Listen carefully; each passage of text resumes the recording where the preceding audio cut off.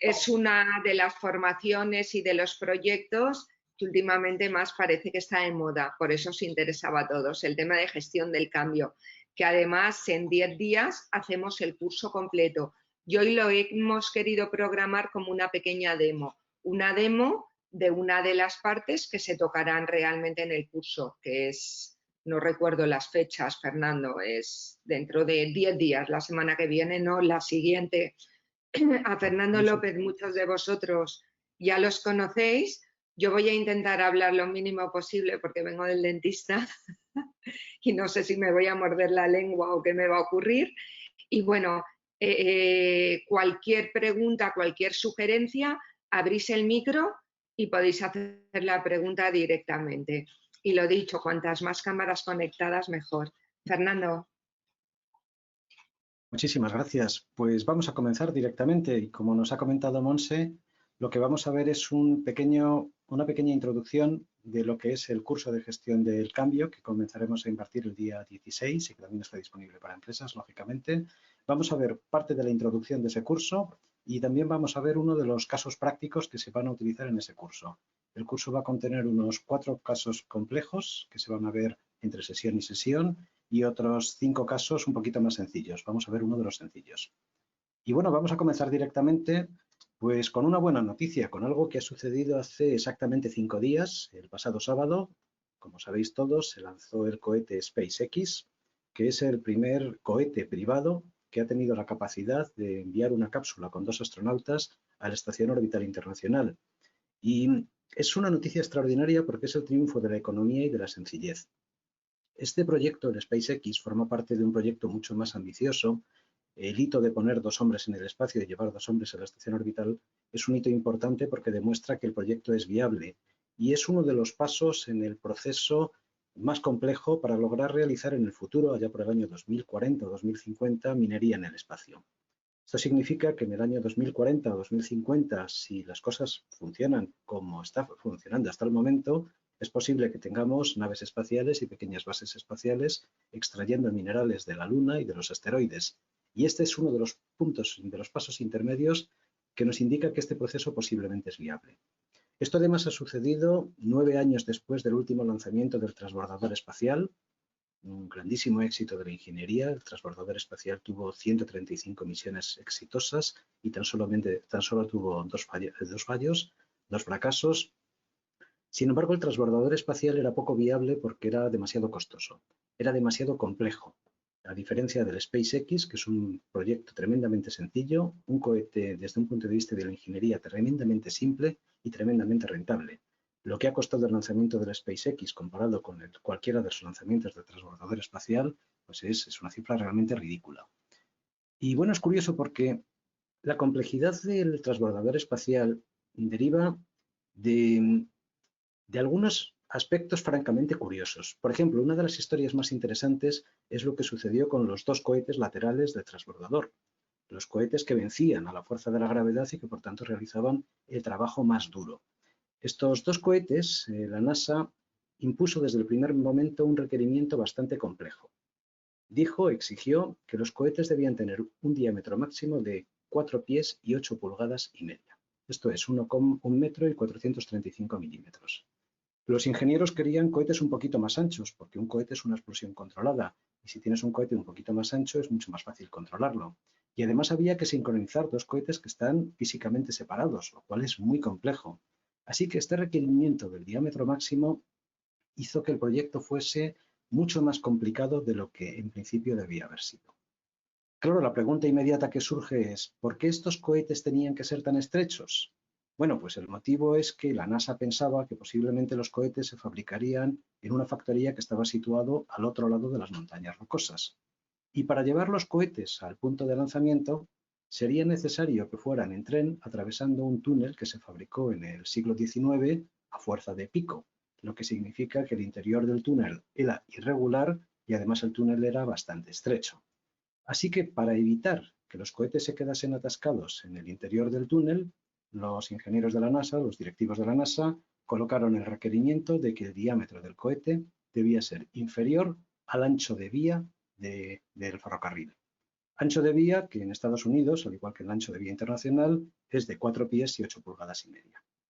Y claro, aquí surge la siguiente pregunta. ¿Por qué las vías en el ancho internacional son tan estrechas?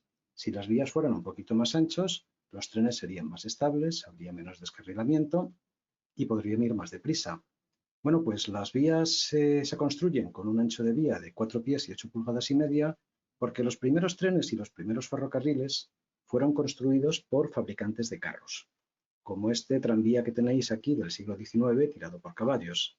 Y estos fabricantes de carros, para fabricar los primeros tranvías, utilizaron las mismas herramientas y las mismas plantillas que utilizaban para construir los carros. Y curiosamente, sus plantillas estaban preparadas y estaban fabricadas para que la distancia, el ancho de eje, fuera de 4 pies y 8 pulgadas y media. Y bueno, la siguiente pregunta es, ¿y por qué todos los fabricantes de carros fabricaban carros con ese ancho de eje? Bueno, pues muy sencillo, porque en Europa, hasta el siglo XIX, las carreteras esencialmente eran las vías romanas. O eran las propias vías que habían construido los romanos, o eran ampliaciones o modificaciones de las vías romanas. Y los romanos, que eran muy listos, cuando construyeron las calzadas romanas, grabaron un par de pequeños surcos con una distancia de 4 pies y 8 pulgadas y media para que en ella encajaran las ruedas de las cuadrigas. Así que la pregunta final es, ¿y por qué las cuadrigas tenían un ancho de eje de 4 pies y 8 pulgadas y media? Bueno, pues si uno piensa en cómo son las cuadrigas con 2 caballos dentro y 2 caballos fuera, se da cuenta de que cada eje era tirado por una pareja de caballos y que, por tanto, tener esa distancia era lo que permitía que se aprovechara la fuerza del caballo de manera óptima. Esto es, 4 pies y 8 pulgadas y media, en esencia, es el ancho de 2 culos de caballo. Y esa es exactamente la especificación técnica que se utilizó para fabricar la primera lanzadera espacial. Y es curioso porque esto no solamente hizo que la lanzadera espacial fuese más compleja y mucho más cara, además todo el proceso en sí era completamente inútil porque una vez que se fabricaron los cohetes y se enviaron al centro de lanzamiento, nunca se enviaron por ferrocarril, siempre se enviaron por avión, lo que significa que el requerimiento era totalmente innecesario. Bueno, pues este es el poder de la inercia. Este es el poder de la inercia que aparece en un montón de organizaciones. Esta es la fuerza de resistencia al cambio que nos lleva a seguir realizando las cosas por tradición, sin pensar si la situación ha cambiado lo suficiente como para que quizás debamos tomar decisiones diferentes, intentando dar por buenas decisiones que se realizaron en el pasado sin estar completamente seguros de si las circunstancias en las que se tomaron aquellas decisiones son comparables a las circunstancias en las que nos encontramos en estos momentos. Lo que veremos en el programa de gestión del cambio es esencialmente cómo identificar y cómo analizar las circunstancias actuales y cómo mirar con sentido crítico las decisiones que tomamos en el pasado para ver qué cosas podemos modificar y qué cosas podemos alterar. Y para ello utilizaremos algunos casos prácticos como el que vamos a ver a continuación. Bueno, este es un caso que seguramente conocéis todos. No nos vamos a centrar en Kodak, nos centraremos en otra compañía. La introducción la vamos a hacer sobre Kodak. Kodak es la empresa que fabricó la película fotográfica. Y al fabricar la película fotográfica, pues es la empresa que proporcionó a nuestros padres, a nuestros abuelos y a nuestros bisabuelos, durante 4 generaciones, el material necesario para plasmar los recuerdos en fotografías. De hecho, la práctica totalidad de la memoria fotográfica del siglo XX ha sido capturada con películas fotográficas de Kodak y ha sido impresa en papel fotográfico de Kodak. En el año 1975, Kodak controlaba el 80% del mercado mundial de la fotografía. Esto es, fotografía y Kodak eran sinónimos. La venta de películas fotográficas era un negocio tan extraordinario, al igual que la venta del material para el revelado, que Kodak se podía permitir el lujo de vender las cámaras muy por debajo de precio de coste. Y de hecho esto es lo que hacía de forma sistemática. Desde su punto de vista, las cámaras fotográficas se podían hasta regalar, porque se ganaba tanto dinero con las películas y con el material de revelado que lo único importante era que las personas hicieran las fotografías. La cámara, por así decirlo, era la forma que tenía Kodak de promocionar que la gente hiciera fotografías. El dominio de Kodak del mercado era tan enorme que el presupuesto de su departamento de I+D era mayor que la facturación de su principal competidor. Cuando tienes un departamento de I+D tan grande y con tantos recursos y con ingenieros tan brillantes, lo normal es que estos ingenieros construyan grandes cosas. Y de hecho, en el año 1975, uno de estos ingenieros construyó la primera cámara fotográfica digital. la primera cámara fotográfica que funcionaba sin ningún tipo de película. Bueno, aquí tenéis este prototipo y como podéis ver tenía un peculiar sistema de almacenamiento de datos, una cassette. Más o menos tardaba unos 40 segundos en capturar una fotografía y a continuación tardaba unos 25 segundos en transmitir esa fotografía a una pantalla de televisión. Como os podéis imaginar, los directivos de Kodak no estaban impresionados con el invento. El negocio, os recuerdo, era vender películas y vender material de revelado. Una cámara sin película era literalmente un disparo a la línea de flotación de Kodak. Y por ese motivo, Kodak mantuvo la cámara digital en un armario durante 20 años. De hecho, hasta el año 1995 no se comenzaron a comercializar las primeras cámaras digitales. Una de las primeras cámaras surgió como una colaboración entre Apple y Kodak, con la idea de que tenía Apple de empezar a fomentar la fotografía como un complemento de venta de los ordenadores Apple. Y de hecho, Kodak estaba tan poco interesado en la cámara digital que aquella cámara fotográfica digital se apareció en el mercado bajo la marca Apple y no bajo la marca Kodak. La cuestión es que cuando apareció la cámara digital, el éxito fue inmediato. No solamente porque podías hacer fotografías sin necesidad de revelado, sino porque podías ver la fotografía en el mismo momento en el que la realizabas. Así que las ventas comenzaron a crecer. Cuando Kodak se dio cuenta de que tenía que entrar en el mercado de las cámaras digitales, se lanzó a este mercado y además su prestigio de marca era tan enorme que se convirtió casi inmediatamente en el líder del mercado. Pero había un pequeño problema y es que el modelo de negocio de Kodak indicaba que con las cámaras se perdía dinero y se recuperaba con las películas. Cuando lanzaron las cámaras digitales, Kodak mantuvo la misma aproximación, de tal forma que sus cámaras digitales se vendían por debajo de coste, lo que significa que perdía dinero con cada cámara digital que vendía. Bueno, el avance de la cámara digital fue inevitable y llevó a que Kodak terminase declarándose en bancarrota en el año 2006. Es más, cuando se valoró la bancarrota, se llegó a la conclusión de que todos los activos de Kodak tenían un valor de mercado de unos 600 millones de dólares, que es aproximadamente el valor que tenía la patente de la cámara digital. Esto es, al final de la quiebra de Kodak, lo único que tenía que valía dinero era su patente de la cámara digital. Esa cámara digital que se había negado a explotar. Bueno, la pregunta que os voy a hacer es, ¿qué pasó con Fuji? ¿Qué pasó con el principal competidor de Kodak? Y aquí, si queréis, vamos a lanzar durante 3 minutos una pequeña webcast, una pequeña búsqueda por internet. ¿Quién se atreve a decirme lo que le sucedió a Fuji? ¿Qué le pasó a Fuji? ¿Desapareció? ¿Sigue viva? ¿Consiguió cambiar? ¿Qué sucedió con Fuji? Venga, ¿quién se atreve a decir algo? Yo tengo 3 Fujis. Tienes 3 Fujis. O sea, la Sí. empresa sigue viva y sigue haciendo cosas. O sea, Fuji sobrevivió. Sí, en su línea puede ser líder. En varias líneas. Es más, Fuji tuvo un planteamiento muy pragmático, muy japonés, muy de Hansei, muy de reflexión. Lo que pensaron en Fuji es que una empresa es como un árbol. Y en ese árbol tenemos, por una parte, las raíces. Las raíces, el lugar en el cual adquirimos los nutrientes que van a alimentar el árbol, en el caso de una empresa son sus conocimientos y sus tecnologías, su experiencia, las cosas que sabe hacer. Después tenemos el tronco. El tronco son los equipos de personas y son los medios de producción. Y por último tenemos los frutos. Los frutos son los productos y servicios que proporciona la empresa. Cuando apareció la cuando apareció la cámara digital en el año 1995, en Fuji se dieron cuenta que su negocio de pigmentos, películas fotográficas y filtros estaba acabado. Las películas fotográficas, que era su principal línea de producción, se iban a dejar de vender. Era una cuestión de tiempo. Así que comenzaron a analizar qué conocimientos, tecnologías y experiencias poseían y para qué otras cosas podrían aplicar esos conocimientos y esas tecnologías.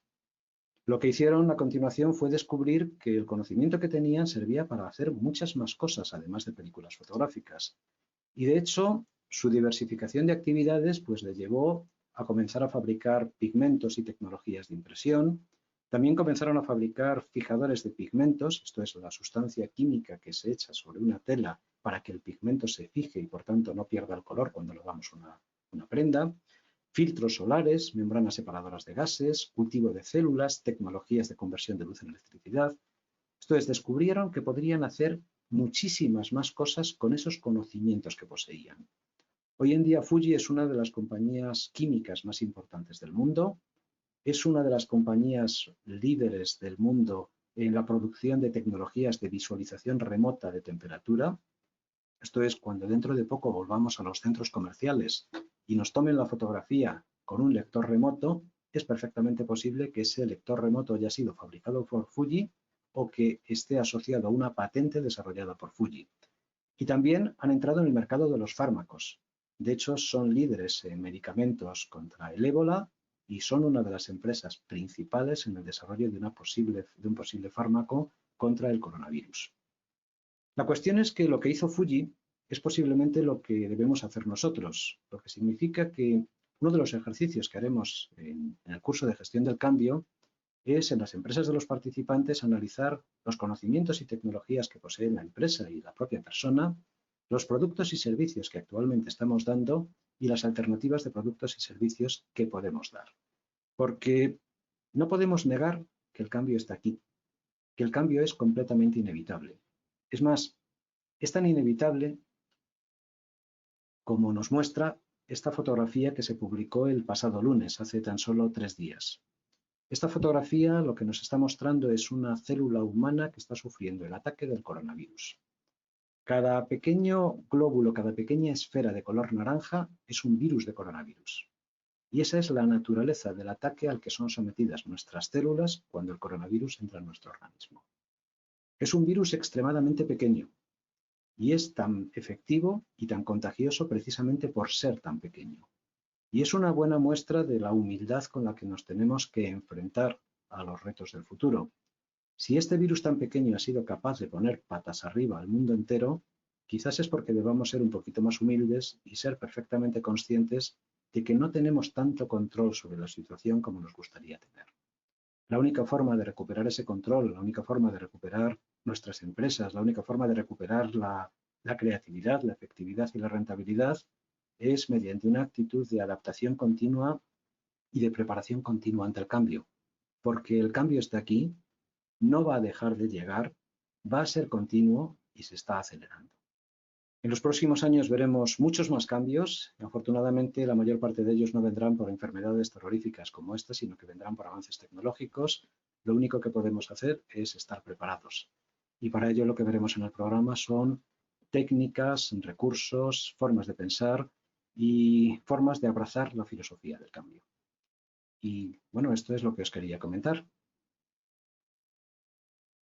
Como me han pedido, que sea breve, rápido y ejecutivo. Así que estoy a vuestra disposición. ¿Dudas, preguntas? ¡Qué silencio! Sí. Si no tenéis buena conexión, podéis hacer las preguntas también por el chat.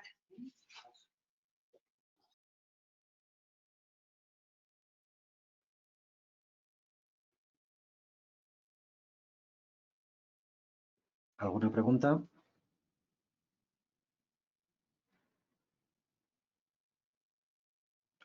¿Os he dejado en shock? O... No, Fernando, por abrir fuego. Yo estoy a caballo de dos situaciones, ya, pero bueno, en mi anterior empresa, que nos dedicábamos a los hidrocarburos, insistíamos mucho en abrir nuevas líneas de negocio, incluso teníamos muchos terrenos y siempre decíamos, pues hay que poner huertos solares, pues tenemos lugares estupendos para energía eólica. Y había una resistencia tremenda porque parece que eso iba contra la línea de flotación del negocio. Y es muy importante esa resistencia, digamos, en lugar de comprender que vamos a tener que echar mano de todas las fuentes energéticas y que el mundo cambia sí o sí. Efectivamente, de hecho, Kodak tenía el 80% del mercado, generó el cambio y murió.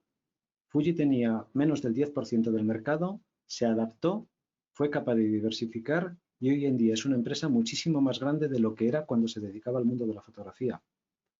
Cada oportunidad de cambio es una oportunidad de mejora.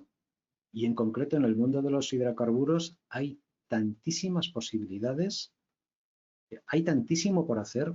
Se está creciendo tanto la ciencia de los materiales, la ciencia de los polímeros, la ciencia, lo que es las propias técnicas de síntesis. Hay tantísimo por hacer y tantísimo por avanzar es un campo infinito, es un campo extraordinario. Y efectivamente hay que perder el miedo al cambio. De hecho, los negocios van y vienen. Lo que permanecen son las tecnologías. Y es entender las cosas distintas que podemos hacer con esas tecnologías, con ese conocimiento y con esa experiencia, lo que nos permitirá tener un futuro.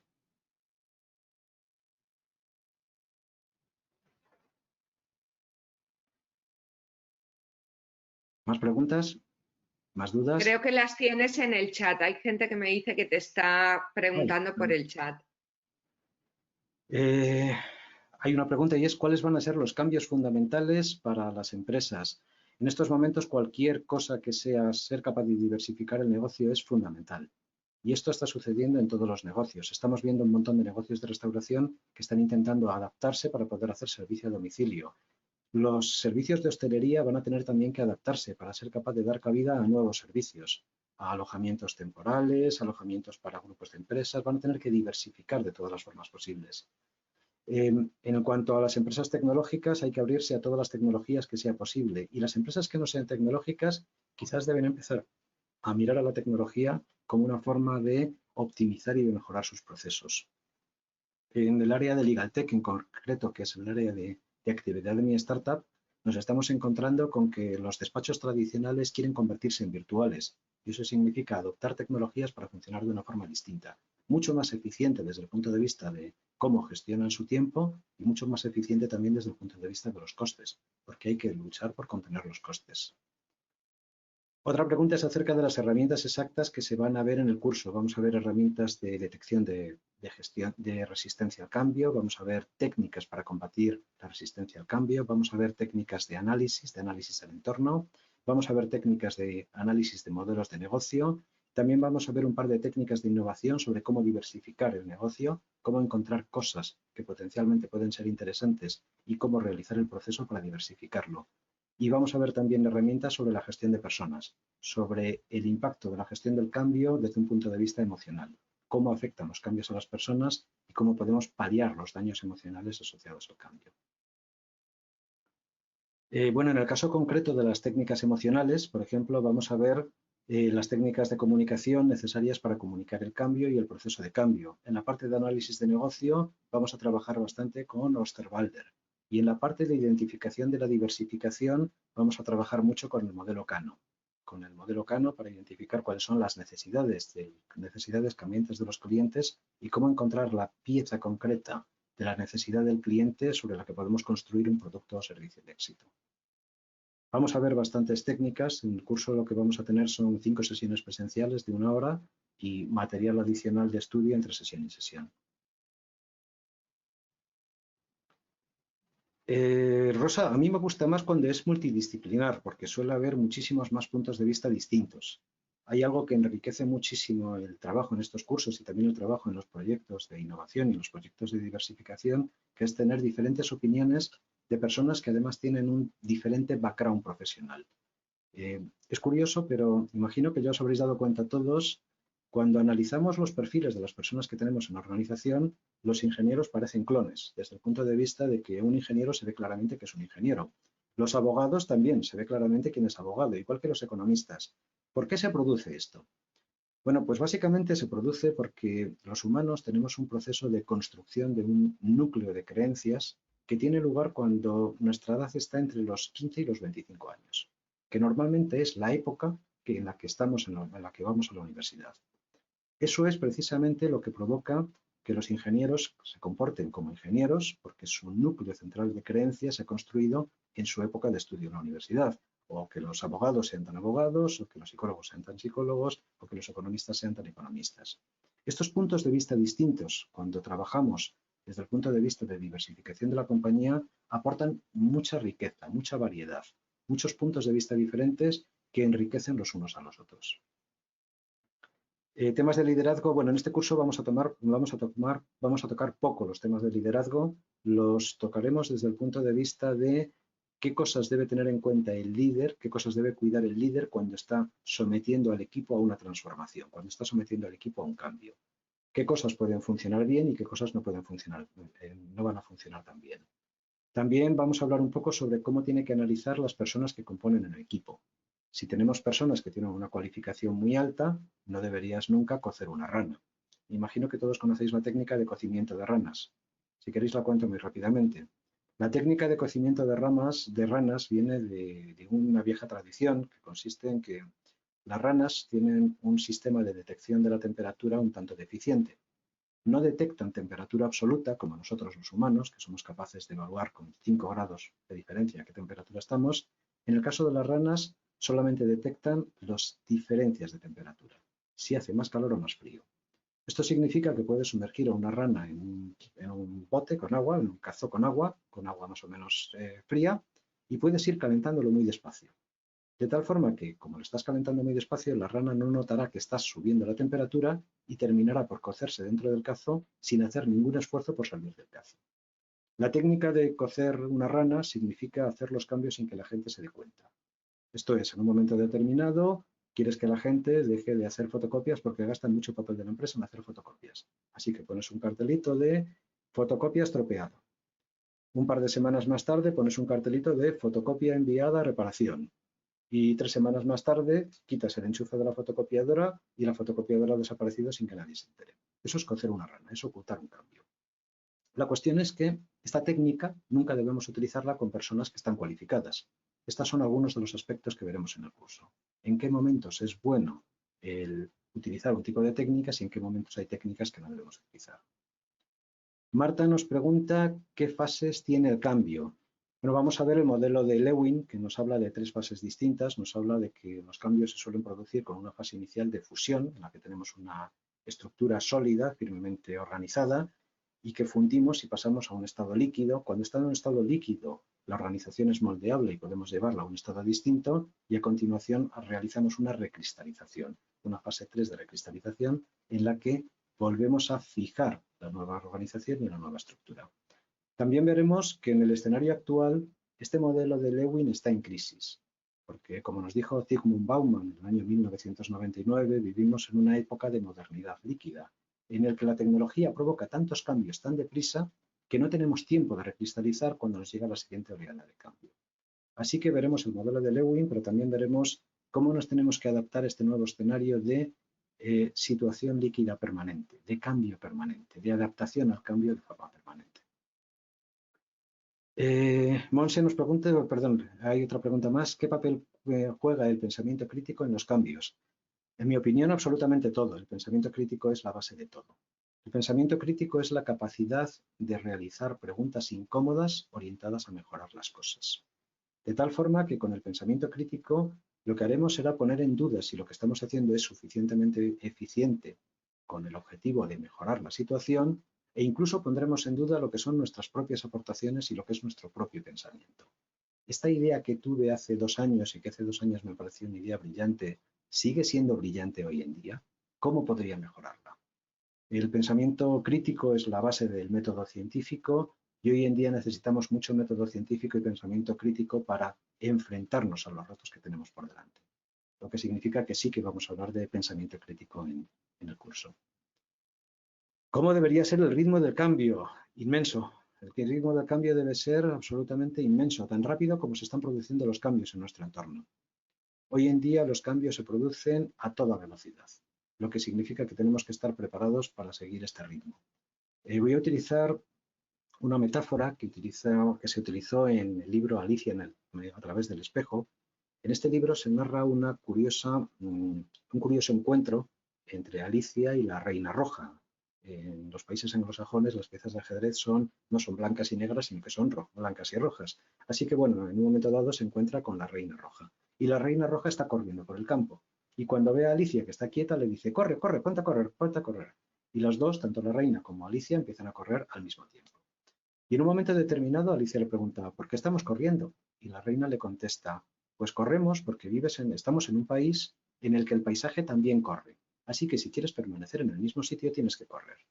Y Alicia miró a su alrededor y vio que era cierto. Las casas tenían patas y andaba corriendo a su lado, igual que los árboles o que las montañas. Todo se estaba moviendo. Así que si te quedabas quieto, te quedabas atrás. Alicia pregunta en un momento determinado, esto está muy bien, así que estamos corriendo para permanecer en el mismo sitio. Y si quiero llegar al otro pueblo, ¿qué tengo que hacer? Ah, pues eso es sencillísimo, solo tienes que correr el doble. Bueno, pues ese es nuestro mundo actual. El escenario está corriendo, el entorno está corriendo. Y para ser capaces de estar en el mismo sitio tenemos que correr. Y si queremos llegar a otro sitio, si queremos llegar más allá, si queremos crecer, tenemos que correr el doble.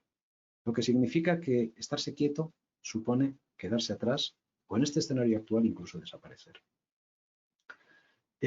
José Miguel nos pregunta si debe impulsarlo el CEO. Totalmente de acuerdo, es el CEO quien tiene que impulsar la política de cambio. ¿Qué papel tenemos los profesionales de recursos humanos dentro de ese cambio? Pues ser facilitadores, porque el cambio a veces supone un conflicto con la eficiencia en el día a día. Y desde recursos humanos tenemos que encontrar ese equilibrio para lograr que las personas impulsen el cambio y sigan siendo eficaces en el día a día. Y vamos a tener que proporcionar mucho apoyo moral y vamos a tener que proporcionar mucho apoyo a las personas que están sufriendo la presión de tener que cambiar. Lo que significa que sí tenemos un papel importante desde recursos humanos y es un papel que además posiblemente se va a ir incrementando. Yo personalmente creo que todo este proceso de transformación va a enriquecer recursos humanos y va a hacer que recursos humanos gane importancia en las organizaciones, porque es el momento en el que recursos humanos tiene que ser capaz de ayudar a motivar a personas que lo están pasando mal, porque todo el mundo lo está pasando mal. Llevamos 81 días de aislamiento. A los 10 días de aislamiento las personas empiezan a sufrir síntomas de estrés postraumático. Toda la población, todos nuestros empleados, todos nuestros proveedores y todos nuestros clientes están sufriendo un impacto emocional. Recursos humanos se tiene que preocupar por minimizar ese impacto entre las personas que forman parte de la organización. Y debemos comprender que ese impacto emocional y psicológico está aquí, es inevitable. Yo, disculparme, ya sabéis que me enrollo muchísimo. Y de momento no tengo más preguntas por el chat. ¿Alguna más? Muchísimas gracias, José Miguel. ¿Más dudas, más preguntas? Va a ser un programa interesante y bueno. ¿Alguna más hay? ¿Alguna preguntita más hay, Fernando? ¿Alguna preguntita más hay? Hombre, José Manuel, hola. Buenas tardes a todos. Buenas tardes, ¿qué tal? Tú a Fernando sí que lo conocías también, ¿no? Sí, de algún webinar también. Me he incorporado ahora mismo, he llegado un poquito tarde, pero bueno. Bueno, lo otro lo ves, sabes que los grabamos y los dejamos en la web, le puedes pegar un vistazo. Correcto. Nos comenta Marta otra pregunta, sí, con la velocidad de cambio forzado en el que estamos viviendo en estos momentos, ¿hay mayores posibilidades de errores? Por supuesto. Ya, por supuesto, siempre existe riesgo. Lo que sucede es que el error hoy en día es, sobre todo, no actuar. El mayor error es quedarse quieto. Hay algo francamente interesante y es que los conocimientos se acumulan y la experiencia se acumula. Y de las experiencias fallidas siempre se saca algo. Y hay cosas que al final nos van a volver de una forma o de otra. Todo el tiempo invertido en aprender, en experimentar, en obtener nuevas tecnologías y en obtener nuevos conocimientos, más tarde o más temprano va a producir rendimiento. Curioso, ¿no? Porque cuando Stan Lee comenzó a escribir cómics y empezó a construir esos cómics, principalmente con Jack Kirby, pues el negocio de los cómics era un negocio ridículo. Era un negocio muy minoritario, se vendían a través de, básicamente, de kioscos de periódicos, con tiradas muy reducidas y realmente pues era un entretenimiento en los años 60 y 70 pues para muy frikis, que no daba demasiado dinero. Stan Lee se preocupó por conservar la propiedad intelectual de todos los cómics que escribió, mientras que sus colaboradores dibujantes, como por ejemplo Jack Kirby, prefirieron recibir el dinero y renunciar a la propiedad intelectual. Para que nos hagamos una idea, las películas de Marvel, las 22 películas que ha producido Marvel en esta última fase de películas desde el año 2008, han generado 22.000 millones de dólares de ingresos con unos costes de producción de 4.500 millones de dólares. Estamos hablando de unos 18.000 millones de beneficios asociados a la propiedad intelectual que generó el señor Stan Lee en los años 70, escribiendo estas obras de cómics que en aquella época tenían tan poca venta. La cuestión es que ese esfuerzo al final termina por rendir. Todo ese tipo de esfuerzo que hacemos de crear, de generar propiedad intelectual y de generar tecnología, más tarde o más temprano, sirve para algo. Y bueno, ese es el mensaje. ¿Con qué dificultades nos vamos a encontrar? Pues todas las dificultades del mundo y más.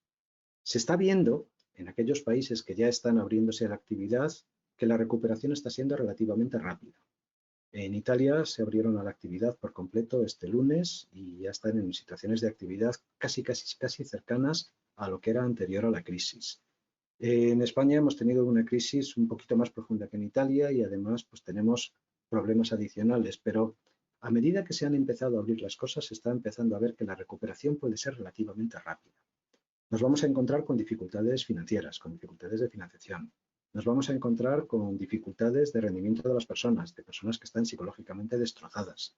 Nos vamos a encontrar con situaciones sociales terroríficas, con personas que están pasando hambre o que están haciendo cola para recoger alimentos. En el caso de las empresas, nos vamos a encontrar con líneas de negocio que han desaparecido y que tenemos que sustituir. En algunos sectores, como el sector de hostelería, va a ser trágico, porque nos estamos enfrentando a un escenario en el que no hemos tenido ingresos en 3 meses y a lo mejor nuestros ingresos están mediatizados los 3 próximos meses, que es la temporada de verano, por las restricciones a los viajeros. También es cierto que en el momento que se ha levantado mínimamente la mano, los negocios han empezado a levantarse. De hecho, por ejemplo, aquí en la Sierra de Madrid, este fin de semana, los hoteles han colgado el cartel de completo. Vale que les obligaban a tener un máximo de un 50% de ocupación, pero es que lo han vendido todo. Entonces, la gente está deseando salir y está deseando gastarse los ahorros, lo que significa que es posible que la recuperación no sea tan complicada ni sea tan compleja. Nos vamos a encontrar con situaciones de miedo y situaciones de incertidumbre, pero al final de todo se sale. Y si tenemos los medios, si tenemos las ganas, al final encontraremos las vías y encontraremos las soluciones. En este programa vamos a hablar mucho de diversificación, porque va a haber que diversificar, porque hay líneas de negocio que han desaparecido de la noche a la mañana y tenemos que encontrar alternativas. Y lo que veremos son formas prácticas de buscar estas alternativas. En cualquier caso, creo que la mayor dificultad va a poder ser derrotada simplemente mediante trabajo. Y la verdad es que el trabajo a ninguno de los que estamos aquí nos asusta, ¿no?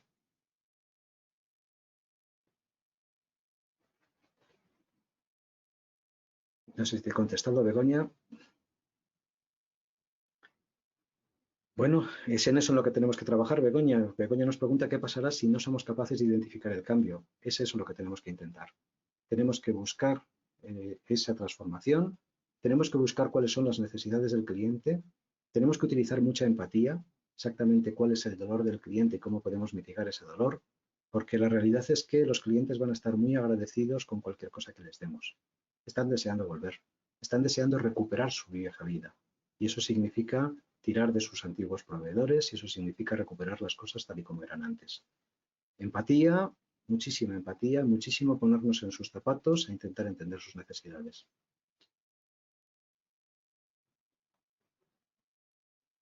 ¿Alguna duda más? ¿Más preguntas?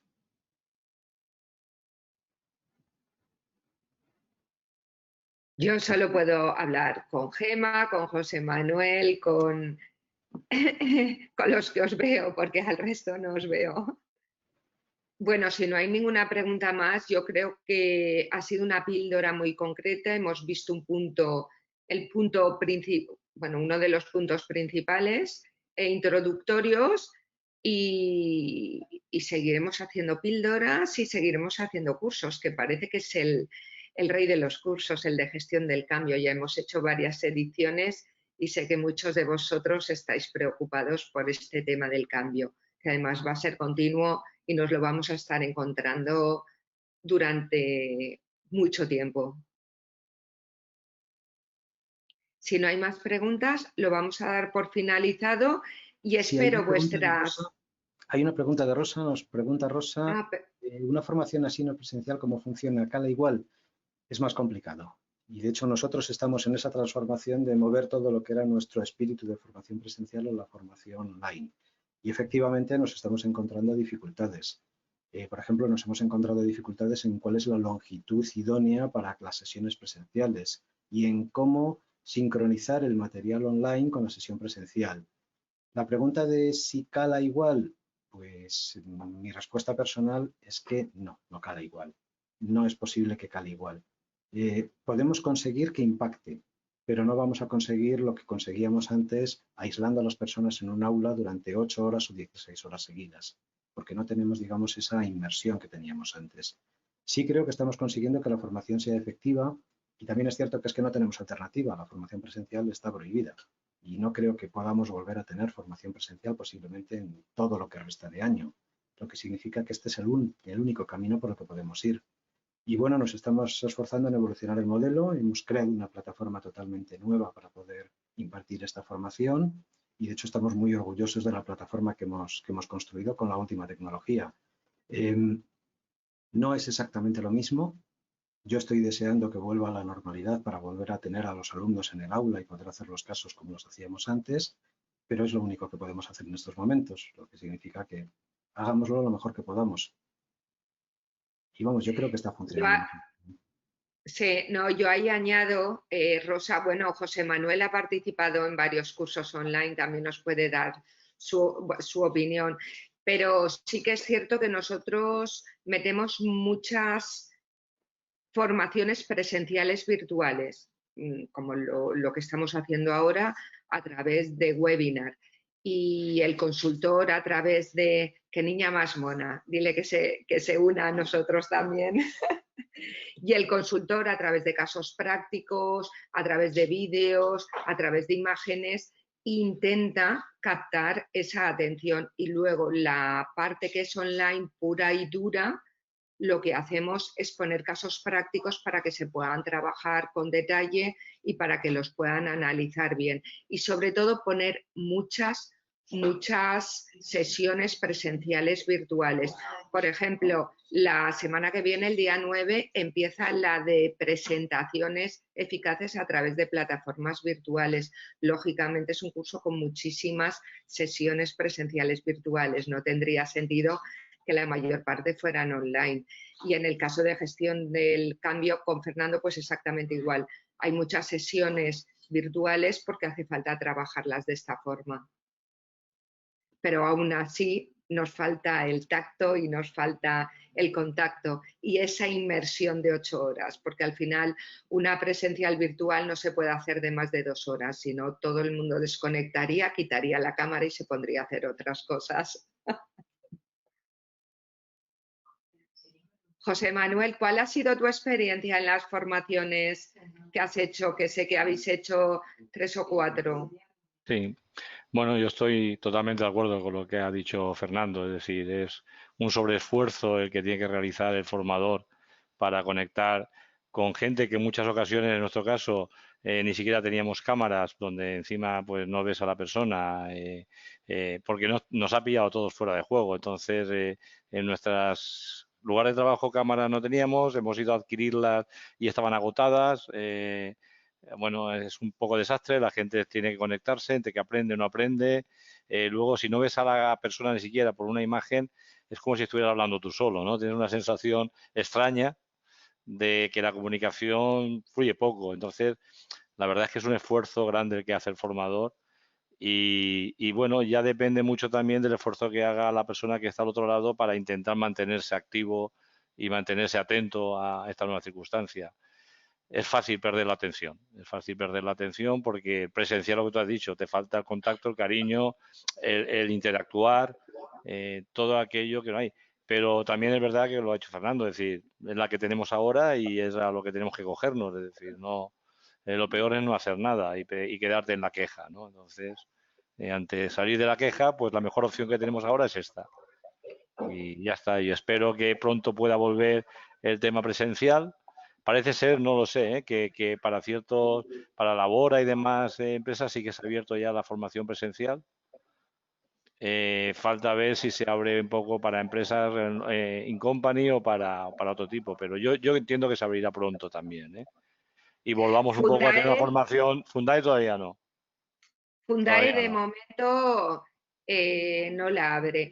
Ten en cuenta también que para la formación reglada, para el curso que empieza en septiembre, están esperando ver si hay un posible rebrote en octubre, ojalá que no, y el hacerlas híbridas, incluso la parte reglada, hacer una parte presencial y otra parte virtual.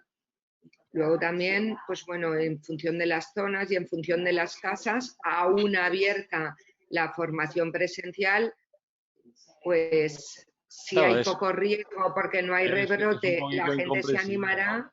Claro, Sí. porque si tú tienes aquí en la empresa un aula suficientemente grande para meter 10 personas con 2 metros de distancia y con las medidas de seguridad necesarias, el hecho de que no pueda venir un formador a dar esa formación resulta un poco incomprensible, ¿no? Es decir, pues la cosa es que no puedas meter a 40 personas o no puedas meter a 20, pero a grupos de 10 personas, por ejemplo, podría ser muy normal, ¿no? En un espacio donde sea factible, ¿no? Y facilitaría mucho, pues, esa formación.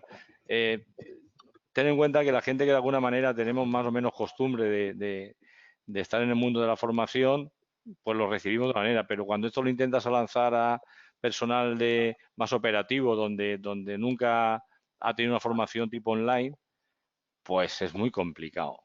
Yo a veces he estado 45 minutos para intentar conectarlos. Y Eso es la gestión del cambio que hablábamos hoy. Esa es la gestión del desaliento. Sí. Eso es el desaliento, es decir, no puedo más, porque 45 minutos, uno que se entra, otro que sale, uno que no le va el micro, al otro que no le va la cámara, cuando los tienen a todos, de repente uno se va, el otro... Es muy complicado para personal que no tiene la facilidad un poco de las herramientas un poco más tecnológicas a este nivel, muy complicado. Porque les ha pillado, como digo, a todos nos ha pillado fuera de juego. Entonces, WhatsApp muy bien, pero fuera del WhatsApp se acabó. Pero en fin, si ya lo digo. Si esto dura, nos acostumbraremos todos. Igual como pasamos de claro, las cámaras analógicas a las digitales y del papel a los archivos. Pero sí que es cierto. Pero bueno, es lo que decía Fernando, tiene unas limitaciones y unos inconvenientes que no te queda otra que adaptarte, superarlos de la mejor manera posible y sacar el mayor partido que se pueda. No hay más. Todo lo demás no sirve. Y bueno, Rosa, no sé si se ha quedado respondida tu pregunta, porque ha dado para debate. Sí, ha dado para debate, gracias. Sí, yo es que me lo estaba planteando. A ver, el tema es un tema profundo. Es verdad que, como habéis comentado, pues tiene que venir liderado o impulsado desde arriba. Y claro, un tema como la gestión del cambio, pues a través de webinar por horas o por píldoras de 2 horas, cómo mantienes la atención de la gente y dinamizas a la gente y les implicas, pues eso es lo que, claro, es lo que me estaba haciendo a mí cuestionarme cómo poder llegar a los que realmente tienen que estar convencidos y son los que tienen que liderar los cambios dentro de la organización. Entonces, pues bueno, me planteaba un poco la barrera que si bien es la herramienta actualmente pues es todo digital, pues en cierto modo es una barrera de poder llegar a la gente y poder captar la atención y que no, si bien no se desenchufan las cámaras, pues sí que uno coge el móvil, el otro le pasa no sé qué y claro, el formador tiene que estar constantemente haciendo el esfuerzo de que todo el mundo esté, que la atención esté plena. Así que por eso me lo planteaba, ¿no? Sí. Yo ahí te diría, Rosa, que convencer es un poco más complicado, evidentemente, pero sin embargo, cuando es una necesidad que lo tienen delante, al dar herramientas, sí que se cogen y sí que se motivan. Pero ahora, convencer ya es complicado en presencial, con lo cual en virtual... Estamos en la cámara y estoy hablando y no me está viendo nadie. Vale, no. Es de mala educación, lo siento. Te visualizo, no pasa nada. Yo como te conozco, te visualizo. Sí, pues lo que te comentaba, eso, convencer es complicado, pero cuando existe la necesidad, al final te coges a cualquier cosa que te dé la herramienta. Y si está bien organizado, bueno... Nunca es lo mismo que presencial, lógicamente, y con esa inmersión de 8 horas. Gracias. Y gracias, Fernando, por el tiempo que nos has dedicado. Qué bueno. Bueno, yo creo que no hay más preguntas, ¿no? Ya incluso nos pasamos un poquito de tiempo porque normalmente los hacemos de media hora. Bueno, pues si no hay más preguntas... Me despido de vosotros, como todos tenéis mi mail y mi móvil, el WhatsApp o como queráis.